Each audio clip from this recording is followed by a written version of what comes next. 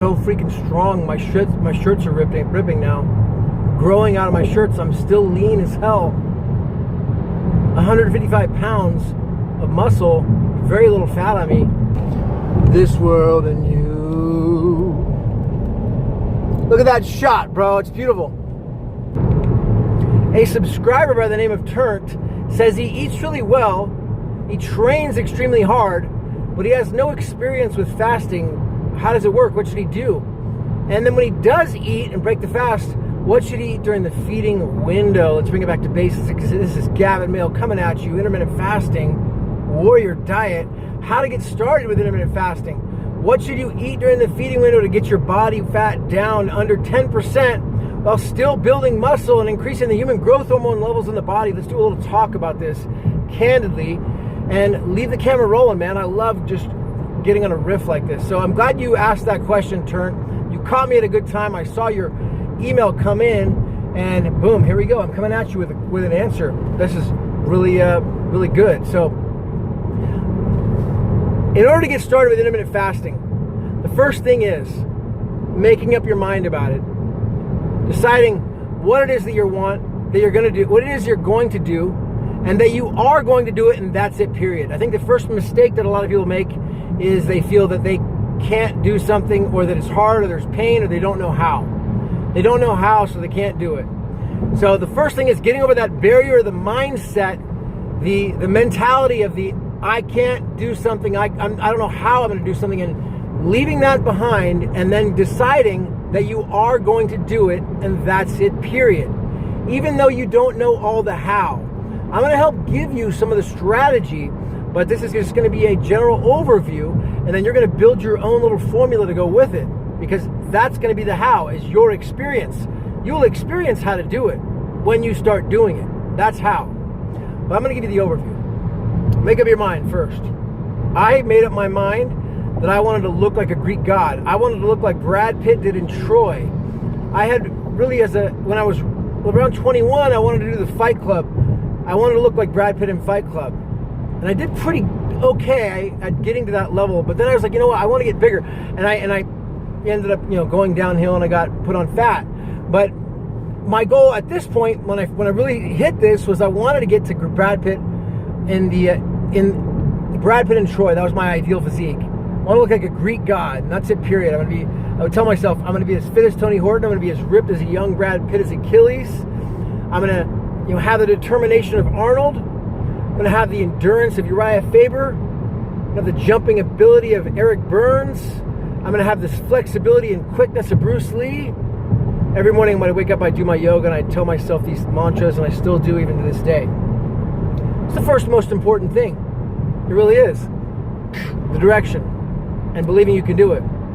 Second, when it comes down to the fasting, the easiest way to do it is getting started by just pushing out the breakfast to lunch. That's how I started. I used to wake up, force feed myself eggs and oatmeal. I wasn't even hungry, but I'd force feed myself that because I believed from when I was a little kid that if I didn't eat breakfast, I was going to starve and die and wither away. That was just part of into me for some reason. I had to eat the breakfast. That was a sin not to eat breakfast.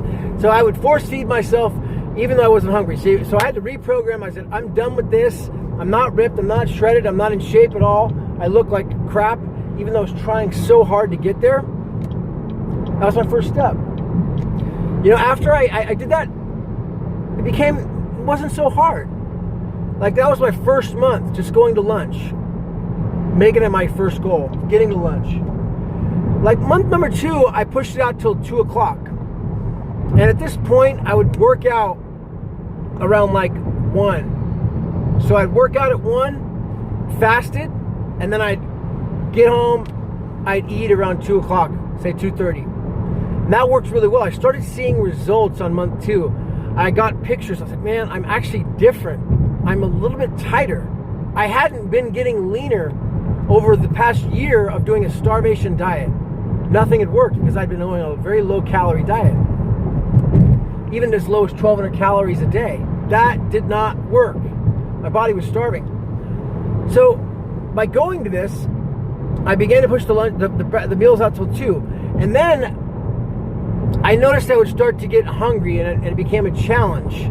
So what am I going to do? How am I going to stop the hunger? How am I going to control myself? What I would start taking is extra water. I always drink alkaline water or good reverse osmosis purified water. And then in addition to that, I would drink sparkling water, Pellegrino water, something with bubbles in it, with no calories. No aspartame either.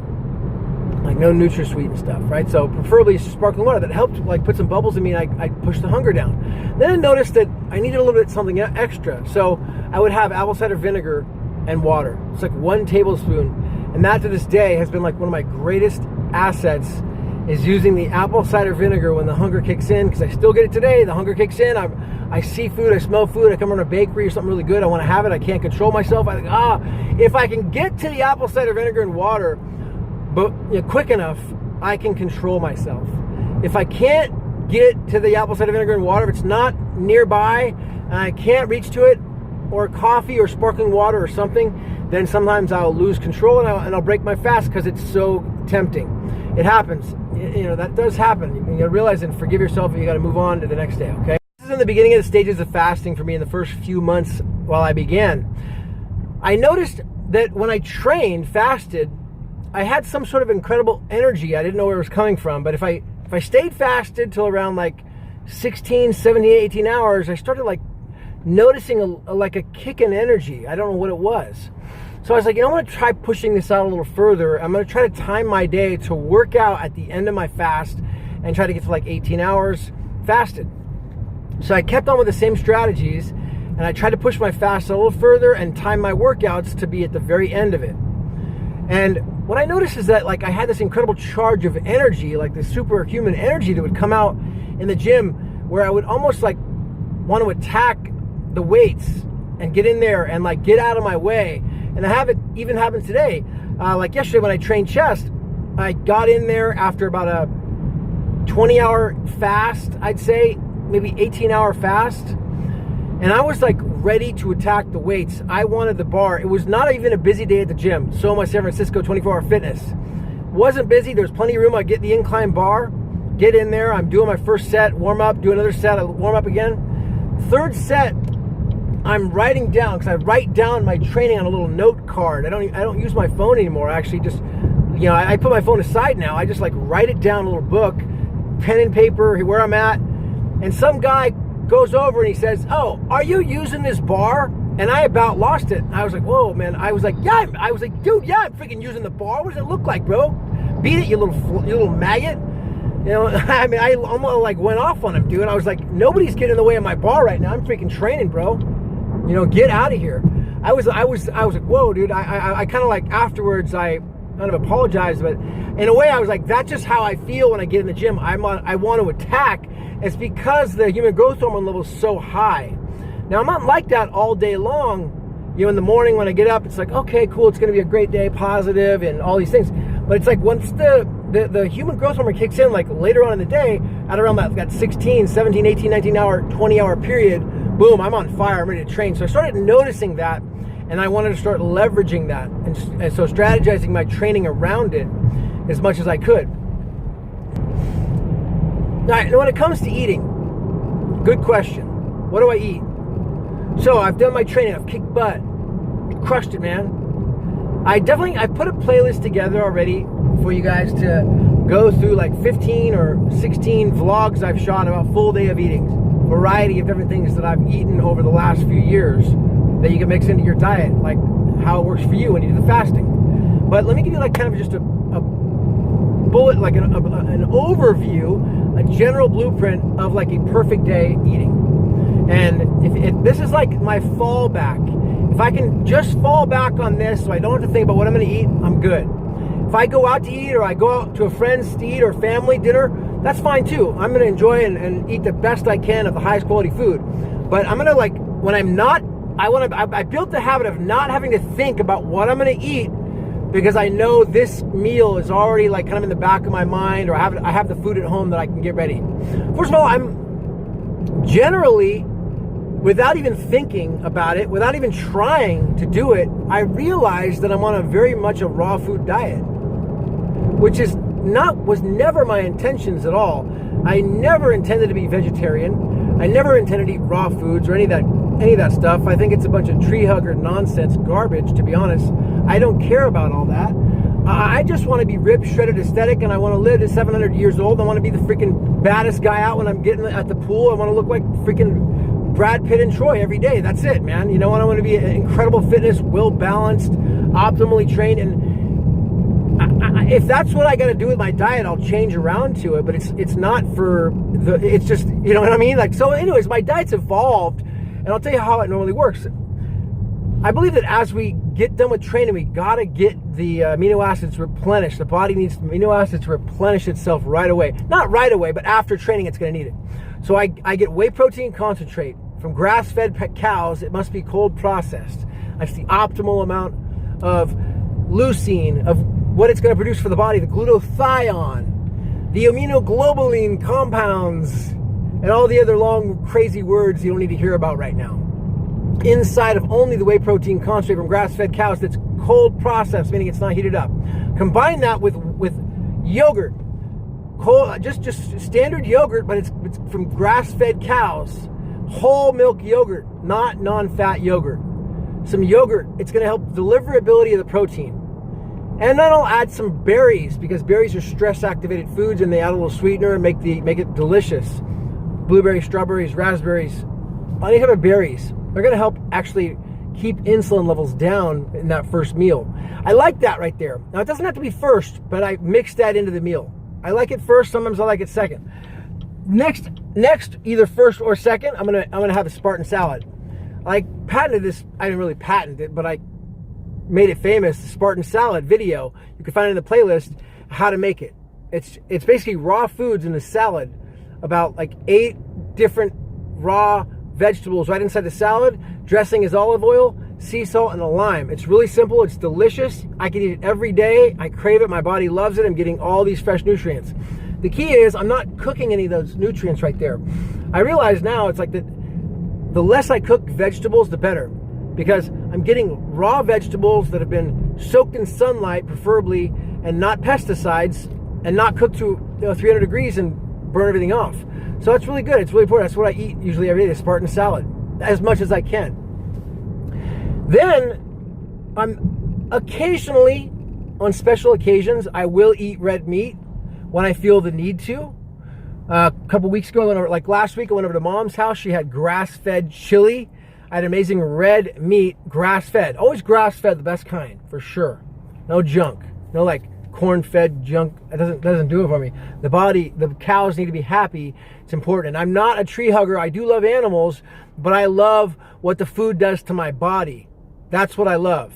I want the best conditioned body there can possibly be from the best amount of quality food. So that's going to be the happy cows producing the best quality milk and, of course, the best meat. So rarely I'll eat meat.